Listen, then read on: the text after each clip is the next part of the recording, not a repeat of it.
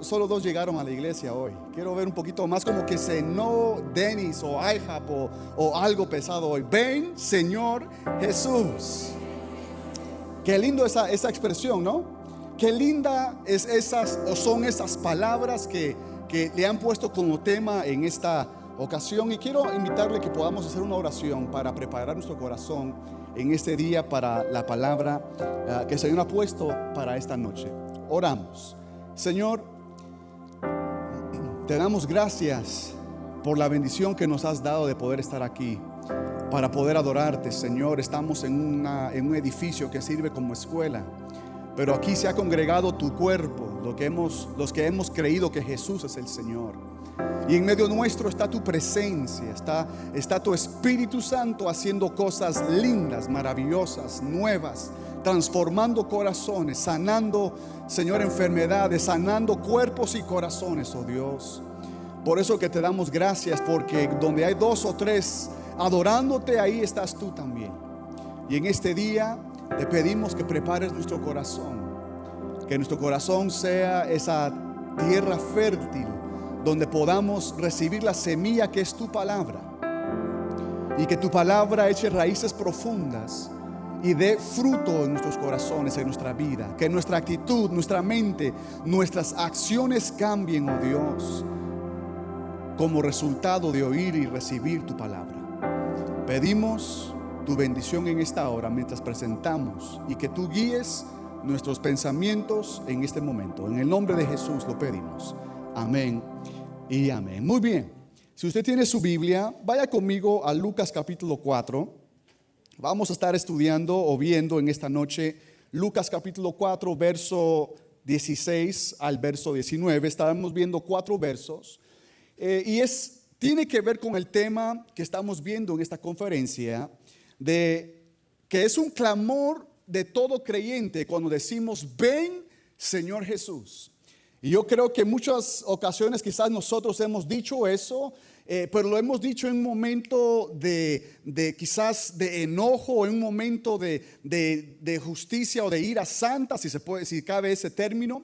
Un momento cuando vemos lo que está ocurriendo en nuestro entorno, en los países, en las naciones, en las escuelas, en lo que está pasando en todo el mundo. Y cuando vemos todo eso que se parece como injusticia, decimos: Señor, queremos que tú ya regreses para llevarnos de acá.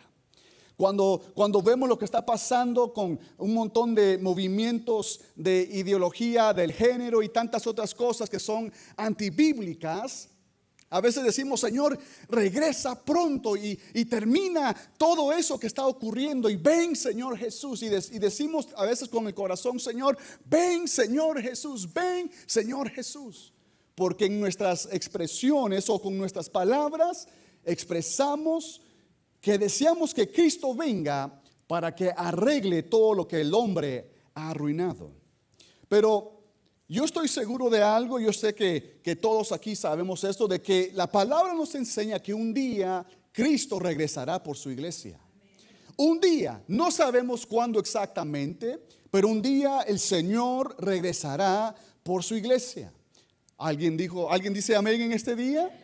No sé si usted lo cree, pero yo creo que Jesús regresará por nosotros un día. No sabemos cuándo será ese día exactamente, pero sabemos que hoy estamos más próximos o más cerca a ese día de lo que estábamos el día de ayer. Pero con ese pensamiento en mente, creo que es importante que no olvidemos que cuando decimos: ven, Señor Jesús, y que cuando Él regrese, Él va a regresar esperando encontrarnos haciendo algo. Si decimos: ven, Señor Jesús, más nos consta que estemos ocupados haciendo algo para que cuando el Rey regrese nos encuentre ocupados. No sé si a usted le ha pasado, a mí me pasaba mucho, y quizás ahora como ya los casados quizás no nos pasa tanto, pero cuando yo estaba en casa, yo recuerdo que mi mamá a veces me decía: Mac, por favor, voy a llegar a tal hora. Por favor, necesito que saques el pollo o la carne, o que saques algo del congelador, o saques X cosa de la refri.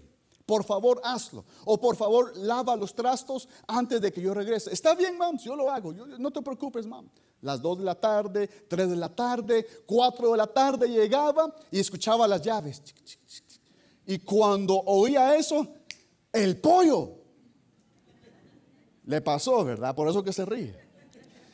Se nos había olvidado. Y quizás estábamos emocionados de que mamá regresara, que papá regresara, que X persona, que el esposo regresara del trabajo o donde quiera que estuviese, pero a la misma vez su regreso nos recordaba de algo que se nos había olvidado hacer. Sacar el pollo, sacar lo que sea, o preparar, o lavar, o limpiar algo en la casa. Y yo deseo de que cuando Cristo regrese, no nos encuentre acostados, dormidos, enfriados, sin hacer nada, sino que cuando Él regrese a encontrar una iglesia que está con las manos sucias trabajando en lo que Él nos ha llamado a hacer. Que encuentre a una iglesia que está sudando porque está trabajando, se está esforzando, se está enfocando en lo que fue llamada a hacer en estos tiempos. Ahora, usted dirá, pero pastor, ¿a qué nos llamó Cristo exactamente? ¿Cuál fue o cuál es el llamado? Y no me refiero a un llamado específico de cada iglesia, sino que ¿cuál es el llamado específico que Dios dejó a toda la iglesia en el mundo, en la tierra? Y permítame presentarle esto que según la palabra yo encuentro, y según Lucas capítulo 4, verso 16 al 19, yo encuentro que Jesús nos ha llamado y nos llamó como iglesia a ser un ejército. A ser un ejército. Diga conmigo, un ejército. Por favor, vea el que esté a su lado, el que se está durmiendo en este momento, y dígale, a ser un ejército. ¿Por qué un ejército? Porque muchas veces pensamos que la iglesia es como un hospital espiritual. Y cuando pensamos que la iglesia es un hospital, vamos a encontrar que nuestras acciones son que llegamos a la iglesia el fin de semana únicamente para recibir la dosis de esa semana. Llegamos porque el viernes ya estamos cansados del trabajo, estamos cansados de las cosas que están ocurriendo. Llegamos el domingo, Señor, háblame porque necesito mi dosis de cafeína, mi dosis espiritual de lo que voy a necesitar para esta semana que hemos de iniciar. Cuando vemos a la iglesia como un hospital, esa es nuestra acción. Cuando vemos a la iglesia como una familia solamente, llegamos a los servicios no con la intención de recibir de parte de Dios, sino que de ver cómo le va a fulano, ver cómo le va a fulana, ver cómo está tal familia, ver quién va a cantar, ver quién va a servir, ver quién va a predicar. Y a veces llegamos buscando únicamente comodidad, seguridad, apoyo de alguien. A veces hasta, permítame decirle que a veces llegamos tratando de meter las narices donde no debiésemos, para saber qué está pasando con X o Y familia o X y Y persona. Eso es lo que pasa cuando vemos o pensamos que la iglesia es una familia. Y decimos a veces, hasta en las mejores familias ocurre esta situación. Cuando pensamos que la iglesia es un hospital, cuando pensamos que es una familia únicamente, tenemos una acción equivocada. Pero cuando vemos y pensamos y aceptamos y vivimos que la iglesia es un ejército de Dios, lo que ocurre en nuestra mente es que empezamos a entender la importancia del discipulado, del evangelismo, de la oración, de la palabra y de poder madurar en nuestra fe. Diga conmigo, la iglesia es un ejército. Como que bajaron un poquito más el volumen de sus voces. Les gustó la primera vez, amén, pastor, dígale más duro. Y de repente, cada vez que voy, menos y menos y menos, amén. Pero vamos a la Biblia, en Lucas capítulo 4, nos habla de un momento cuando Cristo entra a una sinagoga. Y él dice, vino a Nazaret, donde se había criado, hablando de Jesús. Y en el día de reposo entró en la sinagoga, conforme a su costumbre, y se levantó a leer, y se le dio el libro del profeta Isaías. Y habiendo abierto el libro, halló el lugar donde estaba escrito, ojo, aquí está el corazón del mensaje. El Espíritu del Señor está sobre mí, por cuanto me ha ungido para dar nuevas a los pobres. Me ha enviado a sanar a los quebrantados de corazón, a pregonar libertad a los cautivos y vista a los ciegos, a poner en libertad a los oprimidos y a predicar el año agradable del Señor. La palabra nos señala 5 cosas que Cristo hizo, 5 cosas, 5 objetivos por la cual Él fue ungido para poder hacer aquí en la tierra. Sabemos que Él dio su vida para salvarnos, pero eso es el end picture, la imagen final. Pero para cumplir eso, Él vino a hacer estas 5 cosas acá. Fue ungido para poder sanar al quebrantado de corazón, para pregonar libertad al cautivo, para poner en libertad al oprimido, para poder dar vista al que estaba ciego y pregonar unas buenas nuevas a todo pobre. Ahora, quiero poder explicar esto un poco más, porque para entender qué es lo que hace el ejército de Cristo, hay que entender qué es lo que hacía o qué hizo Cristo mientras estuvo en su ministerio terrenal. Y son estos 5 puntos. Primero, ungido para dar buenas nuevas a los pobres. ¿Quiénes son estos pobres? Muchos pensamos que los pobres a los que se refiere son los pobres que no tenían para comprar comida, para comprar bebida, para pagar renta, lo que sea. No se refiere a un pobre físicamente. Se refiere a un pobre, a una persona que espiritualmente no entiende su necesidad de algo más profundo, que espiritualmente carece en algo internamente. Son aquellos que no tienen la suficiente humildad para poder recibir o aceptar que necesitan a Dios. ¿No se ha topado usted con algunas de esas personas que dicen: yo para qué necesito a la iglesia? Yo no necesito a Dios. En su mente, en su actitud, en su vida, no ven la necesidad real que todos nosotros tenemos. Estos son los pobres de espíritu. Es más, Mateo capítulo 5 verso 3 nos dice: bienaventurados los pobres en espíritu, porque de ellos es el reino de los cielos. ¿Por qué de ellos? Porque son las personas que recibieron el hecho, que aceptaron la realidad de que necesitaban a alguien o a algo más profundo en su alma. Reconocieron que hay una necesidad que el dinero no satisface, que las casas no satisfacen, que la fama no satisface, que X o Y no satisface, que hay una hambre, una sed profunda que únicamente el Creador puede satisfacer. Esos son los pobres en espíritu. Y Cristo dijo: bienaventurados son ellos que han entendido que tienen una necesidad. Cristo llegó para darnos unas buenas noticias de que a todo aquel que tiene sed, a él, a ella, es que Jesús se le ha acercado. A él, a ella es quien Dios se ha acercado para poder tener una relación con él a través de Cristo Jesús. Lo segundo es sanar al quebrantado de corazón.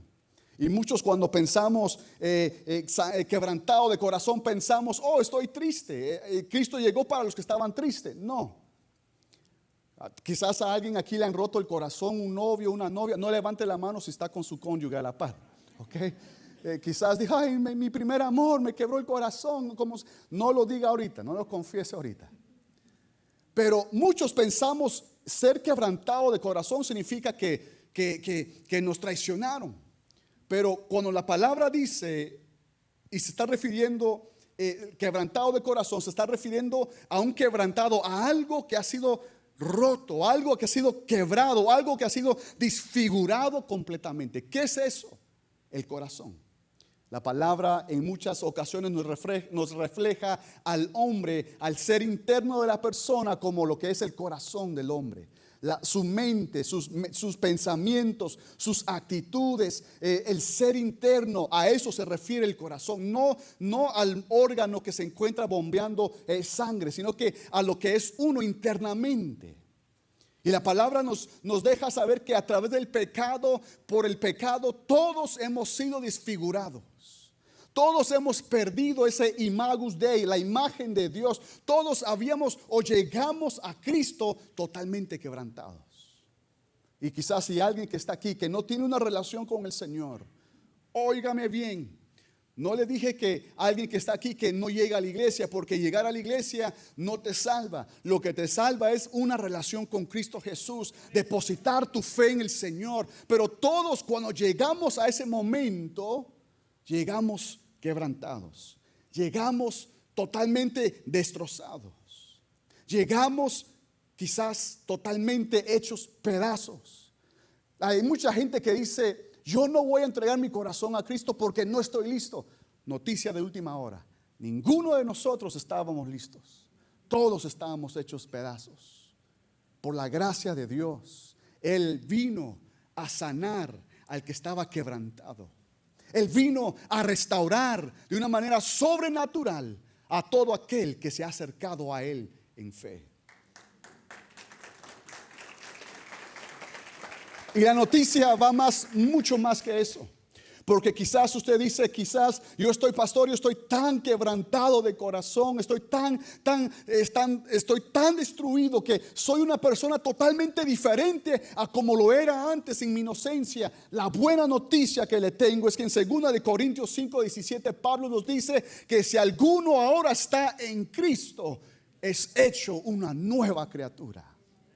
O sea que esa persona que estaba destrozada, esa imagen que estaba quebrada, que estaba destrozada, ahora en Cristo vuelve a ser algo totalmente nuevo.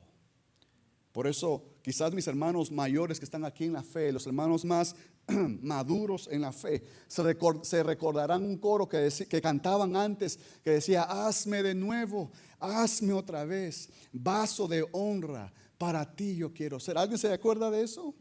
No lo voy a cantar con mi voz melodiosa porque aquí está el pastor Gabriel, entonces no quiero, me da un poco de pena cantar con el pastor Gabriel, así que no voy a cantarlo, pero quizás usted sabe ese coro, ¿verdad? Hazme de nuevo, hazme otra vez, vaso de honra, para ti yo quiero ser.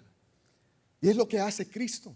Y a eso vino Cristo. Él dijo: yo he sido ungido para sanar al quebrantado de corazón. Tercero, para pregonar libertad a los cautivos. ¿Quiénes son estos cautivos? ¿Quiénes son los que han sido esclavos? Juan 8:34 nos dice que Jesús le respondió: de cierto os digo que todo aquel que hace pecado es esclavo del pecado. Ojo, si usted se llevó esa pupusa de la iglesia y no la pagó, es esclavo. Es esclavo. Si usted se llevó ese protemplo y no pagó, le pagó más tarde y se le olvidó, ya ha pasado meses, usted es esclavo del pecado.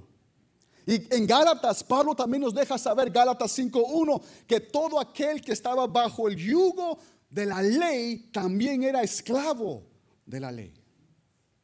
En otras palabras, Cristo se refiere que Él vino a libertar a toda persona que era esclavo tanto de la ley como del pecado, que fue ungido para poder darnos una salida de eso. ¿Por qué? Porque cuando éramos esclavos de la ley, nuestros comportamientos los hacíamos con tal de obedecer la ley, pero el corazón no cambiaba para nada. Y de nada sirve cambiar nuestras acciones cuando todavía no queremos cambiar ni transformar el corazón. La ley no transforma el corazón. La gracia de Dios transforma ese corazón. Cristo dijo: he llegado, he sido ungido para libertar al cautivo, para romper esas cadenas del pecado, para romper esas cadenas de la ley que estaban en contra nuestra. Cristo vino a darnos libertad. Por eso que me gusta como lo dice Romanos 6:6. Pablo dice: sabemos que nuestro antiguo yo ya fue crucificado juntamente con Él, hablando de Cristo, para que el cuerpo del pecado sea destruido, a fin de que ya no sirvamos más al pecado. En otra porción bíblica, Juan 8:36, Él dijo: así que si el Hijo os libertare, seréis verdaderamente ¿Se han leído su Biblia? Si el Hijo os libertare, en otras palabras, si llegamos a conocer a Cristo realmente, si llegamos a conocer y a seguir a Jesús, si abrimos nuestra vida, nuestro corazón a Él, si lo recibimos en nuestro corazón, seremos verdaderamente libres, no únicamente del pecado, sino que también de la ley que había en nosotros, que había sobre nosotros. Qué maravilloso. Porque lo cuarto que dice la palabra que Él hizo fue dar vista a los ciegos. Nuevamente no se refiere a los ciegos físicamente, aunque sí en la Biblia encontramos que en una ocasión Él escupió y puso lodo en el ojo de un ciego y sanó a otras personas de otros males, pero no se refiere físicamente, se refiere a aquellos que no pueden ver la verdad de Dios, ciegos espiritualmente hablando. Un ciego espiritual es aquella persona que aunque mira las señales que están cumpliendo en los tiempos de hoy, dice, no, la Biblia no es verdad. Eso de tu Padre del cielo, de tu imagen en el cielo, eso no es verdad. Son personas que no entienden su necesidad, que no entienden la necesidad de la salvación, porque no han visto su condición de pecado. Y Cristo vino por ellos para permitir que sus ojos fuesen abiertos. Es más, todos nosotros estábamos ciegos a eso antes. Todos los que estamos acá éramos incapaces de ver la belleza de Cristo. Y si les soy honesto, muchos quizás tenemos la costumbre de llegar a la iglesia y quizás hasta nacimos en la iglesia, no en la iglesia, ¿verdad? Pero sí en contexto familiar de la iglesia. Y crecimos por tradición, vamos a la iglesia. Yo voy a la iglesia, ¿y por qué? Porque así es mi costumbre. Pero no es hasta que nuestros ojos espirituales se abren a ver la belleza de Cristo Jesús. A veces nos cuesta, llegamos cansados, porque yo sé que, y más si usted trabaja hoy afuera, si trabajó hoy afuera o esta semana afuera, yo sé que este sol está dando duro. Y yo sé que como que no queremos, cuando llegamos a adorar, llega la hermana Daniela, vamos, levante su mano.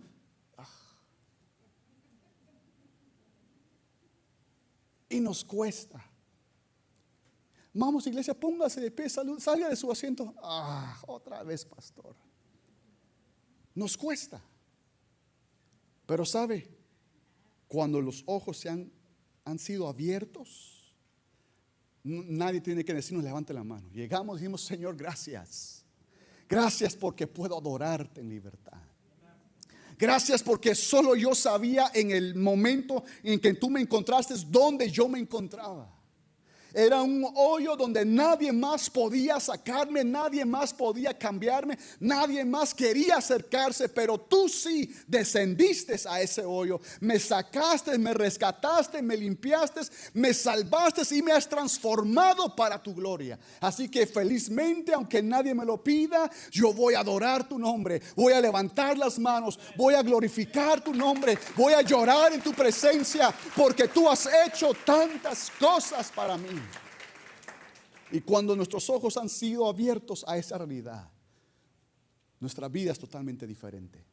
Ya no se nos tiene que pedir hacer algo, sino que ahora pedimos cómo podemos servirte, Señor. Y Cristo dice, la palabra dice que Cristo vino para que pudiésemos ver la gracia de Dios extendida a nosotros en la persona de Cristo Jesús. Y lo último que dice la Biblia, no estoy terminando todavía, voy a la mitad, nada más. Yo sé que como pastores cuando decimos sí por último, ya los músicos pasan rápido, right? So, todavía no los músicos. Pero lo último que dice el verso es de que Él vino a poner en libertad al oprimido. Y quiero que me escuche muy bien con esto, porque una persona oprimida es aquella persona que ha estado sobrecargada, agobiada, sobreabrumado por algo o por alguien en la vida. Y en lo espiritual, porque este pasaje tiene que ver un contexto espiritual, es cuando alguien ha perdido el derecho de vivir libre y alegremente y ha entregado ese derecho a otro ser espiritual. Y en la iglesia, en el contexto cristiano, Esto se ve más con lo que son en el caso de demonios, endemoniados, personas que han sido endemoniadas y personas que están bajo opresión. Ahora, quiero explicar esto porque ahorita voy a meterme nuevamente al tema de por qué o qué tiene que ser un ejército de Dios. Hay diferencia entre una posesión y una opresión demoníaca. Primero, quiero que todos entendamos acá que cuando que un hijo de Dios, un verdadero hijo, una verdadera hija de Dios, no puede estar poseída. Efesios capítulo 1, verso 13 dice: en él también ustedes, habiendo oído las palabras de verdad, el evangelio de su salvación, y habiendo, ojo, creído. Si usted creyó, es hijo de Dios. Y habiendo creído en él, fueron sellados con el Espíritu Santo, que había sido prometido. Lo acaba de decir el pastor Ricardo. Si usted es hijo de Dios, ha sido sellado por el Espíritu Santo. Amén. Y aunque no diga amén, eso es así. Si usted creyó, usted fue sellado por el Espíritu Santo. Y en Romanos 8, 9 nos dice: mas vosotros no vivís según la carne, sino según el Espíritu. Si es que el Espíritu de Dios mora en vosotros. Si alguno no tiene el Espíritu de Cristo, no es de Él. En otras palabras, si nosotros le pertenecemos a Él, tenemos su Espíritu y somos sellados por su Espíritu, por ende no podemos ser poseídos por el enemigo. Ahora, si alguien no le pertenece al Señor, aunque vaya a la iglesia, no le pertenece a Él, puede ser poseído. Pero aun cuando no podemos ser poseídos, sí podemos caer en opresión demoníaca si no nos cuidamos. Y quiero explicarle esto un poquito más porque se van a meter en una guerra ustedes. Y es más, ya estamos en guerra espiritual. Aunque usted no lo sabía, pero ya estamos en guerra espiritual.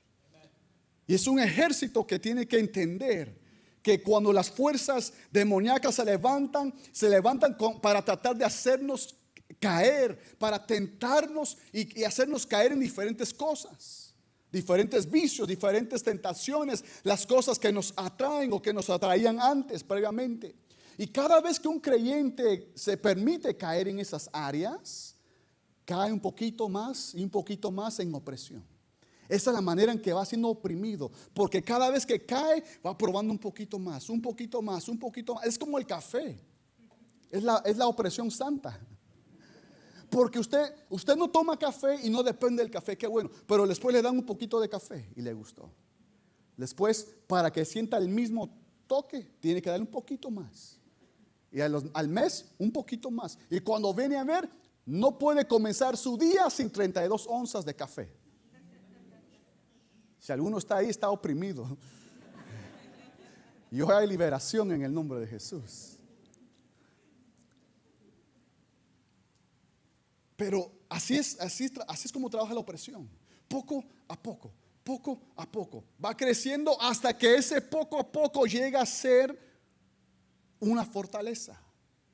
Donde empieza a controlar nuestra manera de pensar, nuestra manera de hablar, nuestra manera de moverla, nuestra manera de vivir. Empieza a influir o a influenciar la manera en que vivimos y nuestra vida empieza a cambiar.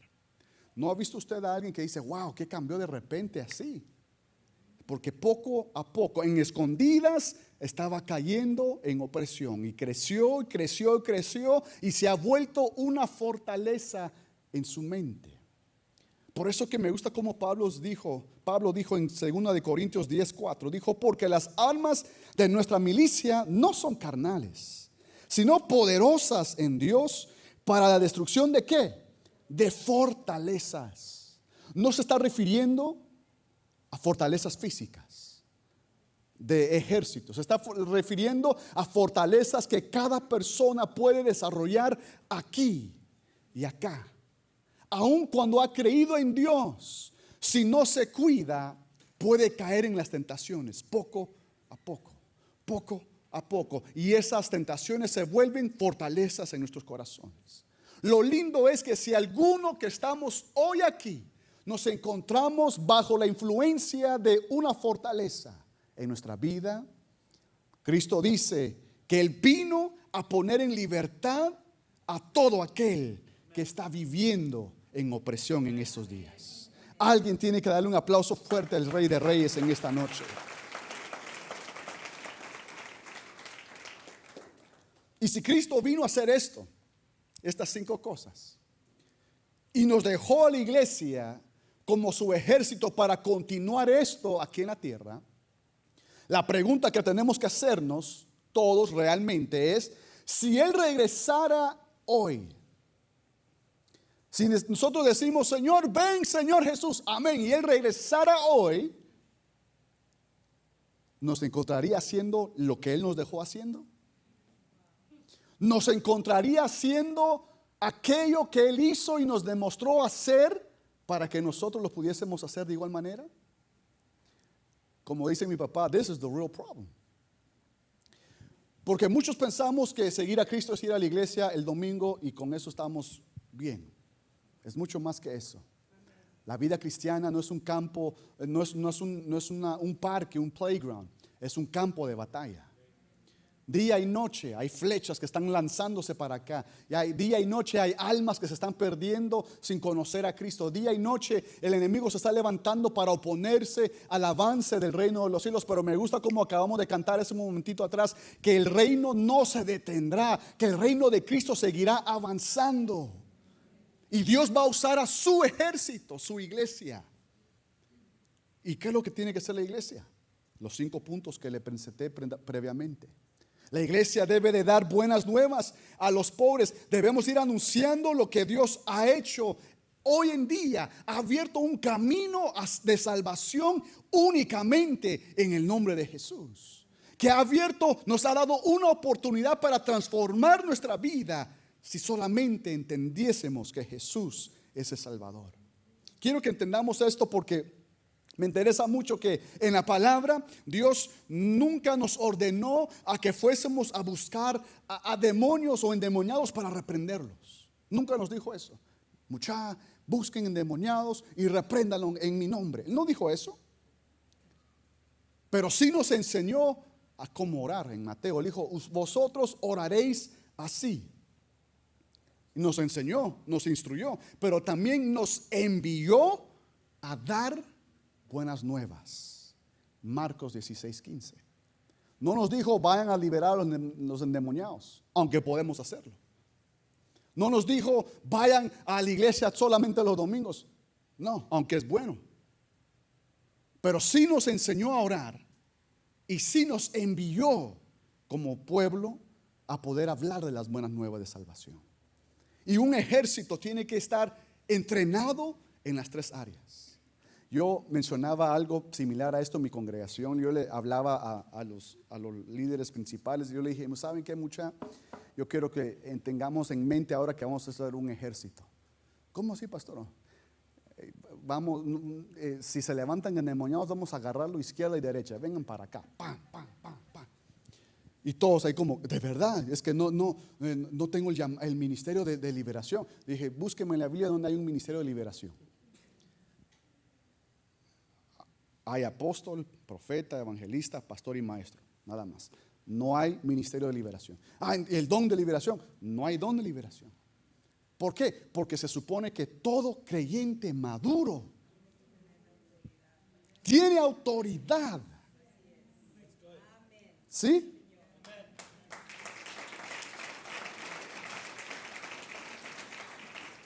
Cuando le dije eso, abrieron los ojos. Yo le dije, sí. En otras palabras, cuando amanezca, cuando salga un endemoniado a las 2 de la mañana, no me llame. Vaya usted. Porque la autoridad la tiene usted como creyente. Y ha sido empoderado por Dios, pero tiene que madurar a ese punto. Ojo, la meta es de que toda la iglesia haga eso. Pero entendemos de que no todos están en ese nivel todavía. Por eso dije, la iglesia tiene que entender que es un ejército, que tiene que ir madurando en esa área. Sanar el corazón, solamente Dios es el que sana el corazón, pero nos permite en su gracia, nos permite ser partícipes del proceso de sanidad en la vida de otra persona. Y es lo más lindo de ver cómo Dios transforma a una vida que se rinde totalmente a Él.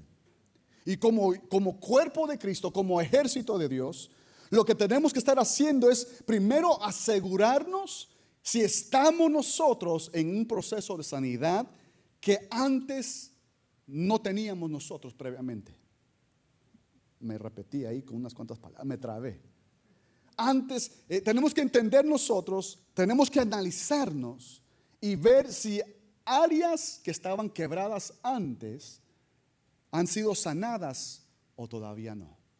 Esto es lo lindo, que cuando llegamos a Cristo, no solamente nos da salvación, sino que también nos da restauración de las cosas pasadas. Y si usted ha estado 20, 30, 40 años en el Evangelio y todavía tiene algunas cosas de hace 40, 50 años atrás, yo le invito a que usted los someta al Señor hoy y que reciba sanidad de parte de Dios hoy, que pueda perdonar hoy, porque a eso vino Cristo Jesús, a sanar al que está quebrantado de corazón. La iglesia tiene que analizarse. Estoy en un proceso, estoy mejor que antes, he crecido, he madurado más que lo que estaba el año pasado. Y después de analizarse, decir, sí, estoy mejor, sí, estoy sano de esto, después tengo que buscar a alguien a quien Dios está sanando, llevando en ese proceso para ayudarle. Ojo, porque ¿sabe lo que pasa en muchas iglesias? Yo lo digo con nosotros, y yo confronté a los míos, a mis líderes, le dije, ¿saben qué? Aquí en medio nuestro, varios de ustedes eran drogadictos y alcohólicos. Amén. Y bien, amén, dicen, amén. ¿Y por qué no me están ayudando a otros alcohólicos al salir de eso? ¿Por qué no me están ayudando a las que son ahora prostitutas a salir de eso? Ay, pastor, les da miedo decir amén cuando yo hago una pregunta ahora. Porque yo les dije, lo que la iglesia debe de hacer es lo que Cristo hizo: sanar el quebrantado de corazón. Y ahora la iglesia es el instrumento a quien Cristo usa para sanar al que está quebrantado. Si el Señor le ayudó a usted a salir de depresión, no lo callen, no lo tenga como tema tabú. Ay, yo era deprimida antes. Diga, yo aquí como me ven, estaba deprimido, deprimida, pero por la gracia de Cristo Jesús, Él me sanó, me restauró, y ahora yo quiero ayudar. Y si hay algún deprimido aquí, levante la mano y usted va a ver que hay varios. Yo antes era alcohólico, yo podía, me gustaba todo el alcohol que había, me lo acababa todo, me llamaban el centavito, como sea, y el Señor me libertó, cortó todo eso en mí. ¿Habrá algún alcohólico acá? Porque Dios usa su vida para alcanzar a otro que está cruzando el proceso que usted ya cruzó. Ese es el ejército. Para libertar al cautivo. Si Cristo es quien liberta, ¿cuál es nuestra función entonces en este proceso? Equiparlos como iglesia para que crezcan en santidad, y para que puedan crecer en esa santidad, crecerán en obediencia a la liberación que han recibido del cautiverio. ¿A qué me refiero? A que aprendan lo que es santidad y lo que es la gracia de Dios. Que ahora ya no somos esclavos a la ley, sino que vivimos bajo gracia, y esa gracia nos lleve a vivir una vida de obediencia y santidad a Dios. No por ley, sino por agradecimiento. No a la fuerza, sino porque yo deseo agradar a aquel que me ha dado todo. Es lo que hace la iglesia, dar vista. En Efesios capítulo 1, verso 15 al 18, Pablo dice: yo oro para que sus ojos sean alumbrados y su entendimiento reciba la luz de la verdad de Cristo. Y como ejército de Cristo, aunque nosotros nos acostumbramos a orar por aquellos que no conocen de Cristo, para que abran sus ojos y conozcan a Dios y que Dios los rescate, no debemos de dejarlo únicamente ahí. Si oramos por tal persona, cuando él o cuando ella llegue a Cristo, en lugar de juzgar y condenar a las personas que ya fueron libres en Cristo, ahora, ¿qué les parece si oráramos? Señor, abre sus ojos para que puedan ver lo que tienen en ti o lo que tienen que rendirte a ti. Quiero explicarme un poquito más con esto. Muchas veces cuando estamos ya en la familia de fe, a veces decimos, esta hermana no me gusta, que es muy chismosa. Este hermano es muy creído. Esta hermana tiene aquí, este hermano tiene por acá. Y rápidamente le encontramos fallas a todos. No me gusta el pastor Mac, cómo está predicando acá, me está dando muy duro. No me gusta cómo canta aquí, no me gusta cómo hace por acá. Y le encontramos la falla a todo mundo y a Raimundo. Pero ¿qué tal si entendemos que nuestro papel como ejército es: Señor, te pido por la hermana chismosa, abre sus ojos para que ella pueda entender que tiene que entregarte y rendir esa área de su vida a ti. Señor, te pido por el hermano orgulloso que está allá, aquel que se sienta atrás y no le habla a nadie, Señor, que no saluda. Señor, toca su corazón, que rinda ese orgullo a ti. Y usted verá que poco a poco, con la oración suya, algo puede pasar en la vida de esa persona. Dios oirá su oración. ¿Qué tal si en lugar de manipular a alguien a que haga algo en la iglesia, qué tal si oramos por ellos y le pedimos al Señor: Señor, abre sus ojos para que pueda ver dónde tú quieres usar su vida? ¿Sí? Es lo que hace un ejército. ¿Qué tal si criticar a otros? Oramos: Señor, abre sus ojos para que puedan guiar a sus familias. En lugar de criticar a los pastores, Señor, abre sus ojos para que puedan guiarnos como congregación en obediencia a ti. Nadie dijo amén, pastor. Estamos fritos. Es lo que necesitamos, ¿verdad, pastores? Que el pueblo ore por nosotros para que podamos ser sensibles en nuestro corazón, para oír la voz del pastor de los pastores, para que podamos seguir la instrucción que él tiene para nosotros. ¿Qué tal si en vez de ser intrometidos oramos: Señor, te pedimos por tal pareja, te pedimos por tal familia, te pedimos por tal hermano, tal hermana? Señor, guíalos en la dirección que tú quieres para ellos. Eso es lo que hace un ejército. Eso es lo que debiéramos de estar haciendo como ejército, imitando el dar vista a los ciegos como Cristo lo hizo. Y por último, ahora sí voy aterrizando el avión. Cristo vino para poner en libertad al oprimido, y Él es quien liberta, quien rompe esas opresiones, quien da libertad al que está oprimido. Él es el que saca de esa opresión a cualquier persona. Pero si Él es el que hace eso, ¿qué es lo que nos corresponde a nosotros como ejército, como pueblo de Cristo? ¿Qué es lo que nos corresponde a nosotros hacer? La respuesta está en Efesios capítulo 6, verso 10. Cuando Pablo dice: por lo demás, hermanos míos, fortalecíos en el Señor y en el poder de su fuerza. Y aquí está la clave, verso 11. Vestidos de toda la armadura de Dios, para que podáis estar firme contra las acechanzas del diablo. Porque no tenemos lucha contra sangre y carne, sino contra principados. Ojo, su enemigo no es el condado de Montgomery County Public Schools. Su enemigo es el principado que se levanta a través de ellos para resistir a la iglesia, usando los lugares de educación para iglesia. Su enemigo no es una policía. Su enemigo no es una persona específicamente.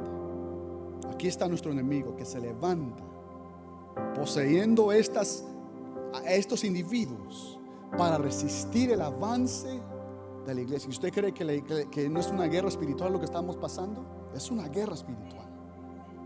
No es un accidente, no es una curiosidad nada más. No, es de verdad una guerra espiritual lo que estamos viviendo, porque no tenemos lucha contra sangre y carne, sino contra principados, contra potestades, contra los gobernadores de las tinieblas de este siglo, contra huestes espirituales de maldad en las regiones celestes. Ese es nuestro enemigo.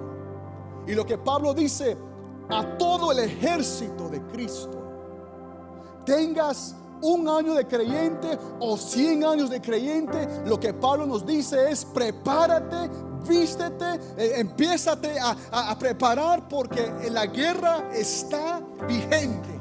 La guerra está delante de ti, está a tu alrededor, está por delante, pero más poderoso es el que está en ti que el que está en el mundo. No temas, iglesia, no le huyas a tu llamado, no le huyas a tu propósito, no le huyas a lo que Dios te está llamando a hacer.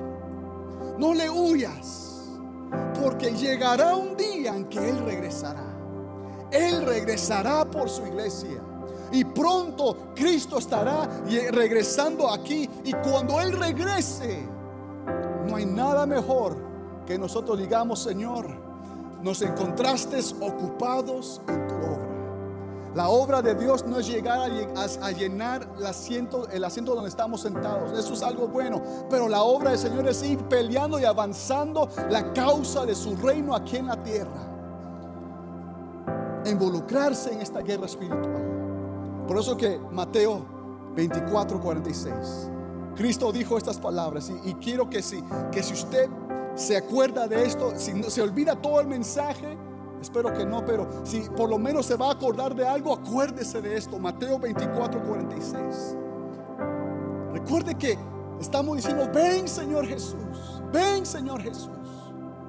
Y Cristo dice: dichoso el siervo a quien su amo, cuando regrese, lo encuentra cumpliendo su deber. Él no busca que tengamos los mejores resultados, pero Él sí busca que estemos ocupados trabajando.